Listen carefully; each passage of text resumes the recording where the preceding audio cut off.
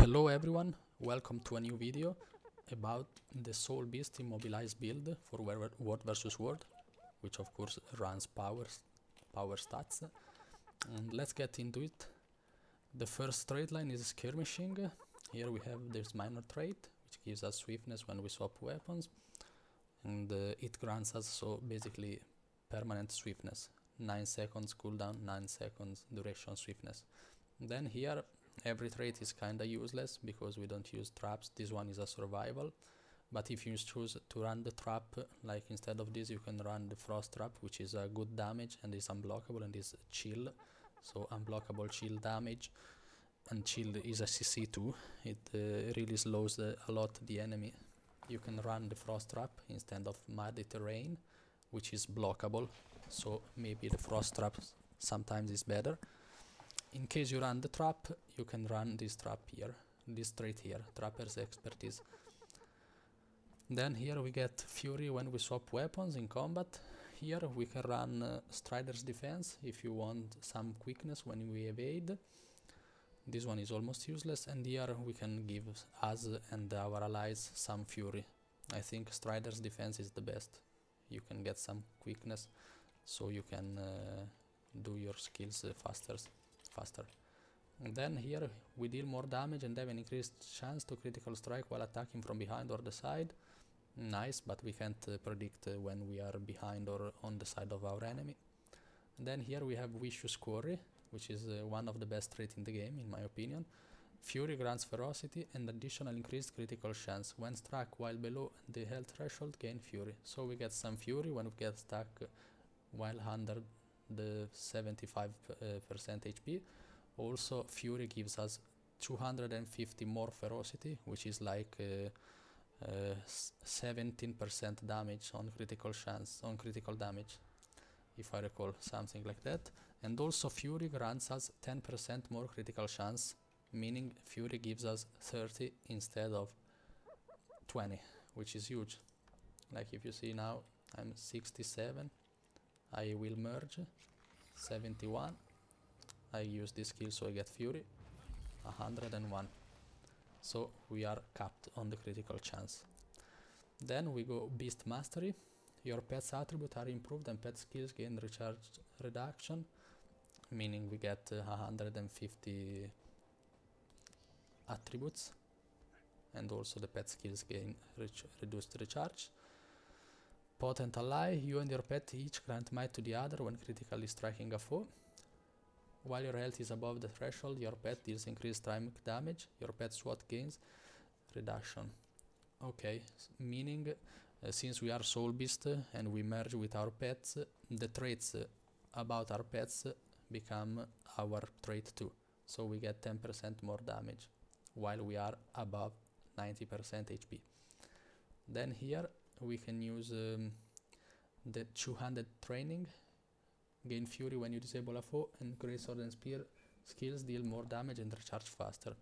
I ran the longbow instead of the Greatsword because I noticed that most of the time we stay ranged when we fight, but you can go Greatsword. Greatsword is better even in an organized environment like guild versus guild, it's much better. But I think in big blobs when the commanders don't fully commit all the time, it's better to run the longbow. So this trait is kinda useless, but it's the best. You can also go Wilting Strike maybe. Then Pet's Prowess. Your pet moves faster and deals more damage on critical hits, and meaning we get like 300 ferocity total, 150 us and 150 on the pet. So when we merge we are 300 more total. And then here we get Honed Axe. You and your pet gain ferocity. Axe skills gain reduced recharge and you gain additional ferocity while wielding an axe. So like another super good trait, which gives us ferocity, recharge reduction on our axe skills, and more ferocity on the pet. On the Soulbeast we run Beast ability, grants you offensive boons. We need this stuff to give us quickness. You press this in melee mostly, and then you press your skill 5, which is very slow casting, but with quickness it becomes faster. Then you deal increased strike damage while you have Fury, 7% fixed damage basically, very nice. Here we go gaining quickness, increase the duration of other boons affecting you. So when we use this stuff we gain quickness, or also when we have an attack we gain quickness, and we get 2 more seconds of every boon we currently have, stability and so on. Like we can give ourselves stability with the $X stance. Disabling a foe, increase your damage and conditioned damage for a short duration. We can disable our foes like with the Greatsword 4 or the Greatsword with the Longbow 4 or the Greatsword 5, which is a daze. Let's see, I think it's a daze, yes. And also we have a knockback here on the counter attack. And then here we run Leader of the Pack. Stance skills gain increased duration on you and grant their effects to nearby allies for a reduced duration. We run 2 stances, meaning we can share them with our allies.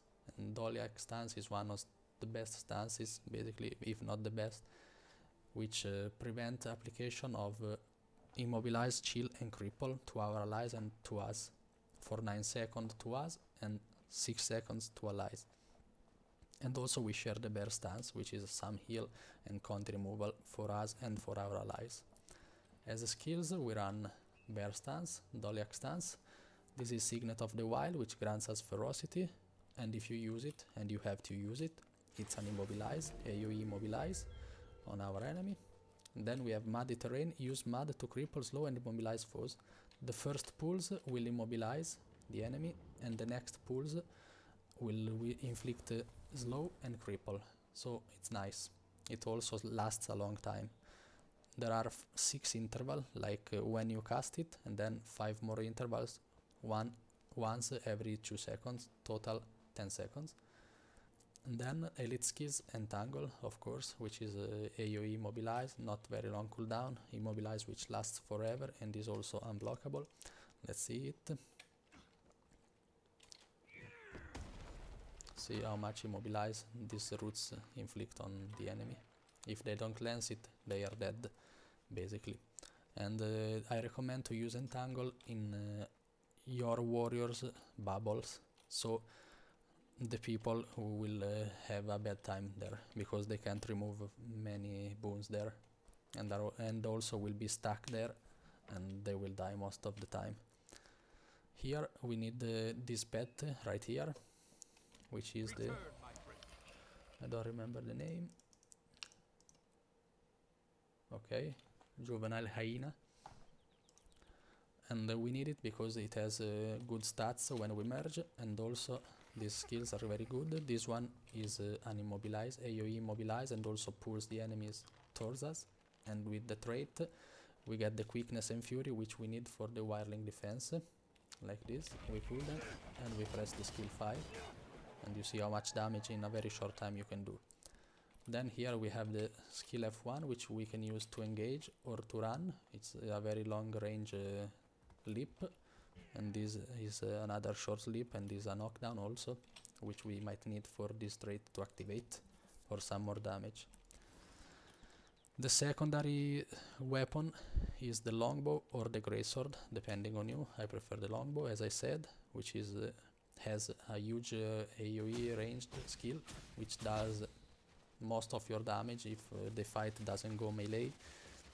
And then in melee you should use axe and axe, basically for the skill 5, which is a huge damage and very good for immobilized enemies. Like you immobilize your enemy, they can't move, and you use this one. Even if it's long cast skill, you will use this, and you fully attack your enemy with this. Most of the time you will be on your greatsword and on your or longbow, depending on what you use. Then you swap to use this skill, and basically when you can swap again, you swap. You always stay merged with your pet, because you need these skills, and being unmerged doesn't give you anything. And let's give a look to the gears. It's superior unit of the eagle for the ferocity and some more precision, which we need to cap the critical chance. It's a full marauder, basically, except the amulet, which we can run dragon for some extra ferocity, since we don't need more precision. here it is. On the longbow I run Force and Frenzy, so when I kill an enemy every 10 seconds I get 2 more seconds reduction on every skill, meaning on your Immobilize, also on your barrage, on everything you have equipped, also the stances of course. And then I use the same sigils on the axe and axe, meaning that I will spam more this skill here, which is 20-second cooldown, and will be like 16 if you kill 2 enemies during the cooldown. This build is very straightforward. You need just to drop every Immobilize you can on the enemy. Don't spam them at the same location, like if I go here against the enemy and I use this one, I immobilize him. Like this one is a short Immobilize, but the Signet of the Wild is longer one. You see how long it lasts. Don't use Entangle also there, like don't use every Immobilize right there, like use one, then you move a bit on the other enemies and you use another one, so you can immobilize more enemies at once instead of immobilizing the same 5 forever. It's better to immobilize more, since they will cleanse most of the time. So if you inflict like 10 seconds of Immobilize on the same enemy, it just needs a cleanse. They don't need 10 cleanse for 10 stacks, they need a single cleanse. So it's better if you applicate gradually your Immobilize. Like you use this, maybe they cleanse it, okay, you immobilize, then you entangle, then you some few seconds later you do this, swap, and here you go. Your bear stance is very good because it gives you some healing at the start, and also then removes some condis, 2 condis per interval, and also heals you for each condi removed. And this one is one of the most broken skills in the games. It enter a defensive stance and remove condition that impede movements, prevent application of such condition while in this stance. It's also a break stun, like you get stunned, you can use these skills, you get stability for you and your allies, and also they won't get immobilized, crippled and chilled for all the duration of the stance, of course. I think this is it for this build. I have nothing more to say. You can use this food here for the damage, if the commander doesn't drop the ascended one, and this one is the utility. Thank you for watching. Leave a subscribe if you like this content, so I will keep going. Bye bye.